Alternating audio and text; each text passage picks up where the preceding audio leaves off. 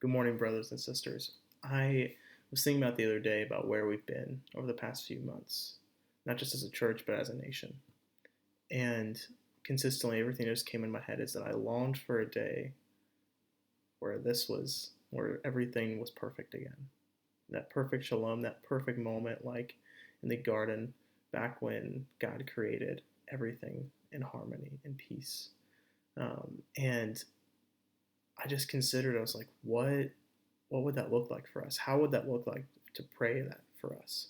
And I thought about in Jeremiah where he's writing about uh, kind of the return of Israel. He's kind of giving a warning to Israel at this moment because they are pretty close to being in exile and everything. But he's giving a warning before they end up doing that. And obviously they don't listen and they go through the exile. But this is what he wrote and was praying and speaking to them from God. Return, O faithless children, declares the Lord. For I am your master. I will take you from one city and two from a family, and I will bring you to Zion. That's back to home. And I will give you shepherds after my own heart, who will feed you with knowledge and understanding.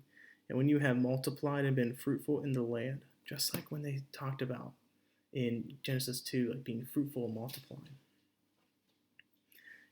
In the land, in those days, declares the Lord, there shall be no more saying, the ark of the covenant of the Lord. It shall not come to mind or be remembered or missed, because it shall not be made again. At that time Jerusalem shall be called the throne of the Lord, and all the nations shall gather to it, to the presence of the Lord in Jerusalem. And so I'm thinking about that, and like there will be a day where God has brought everything back together again. He started with a moment where everything was perfect, and then we broke it.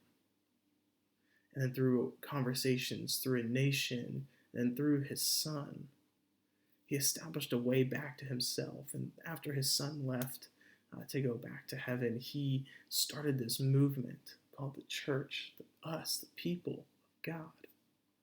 At the very end, he's going to tie up the loose ends in a culmination. And I just pray for that. I pray for that new beginning, that we get to see it, that we get to feel it, that we get to touch it, and know that we're there. Let's pray for a moment. God, I thank you for this day. Thank you that we can learn about you, we can read your word, and we can see the themes that you put throughout the Bible. Your continual restoration that we see in the Bible.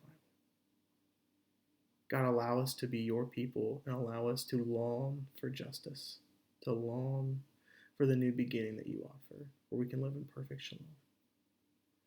It's in your heavenly name. Amen. Grace and peace.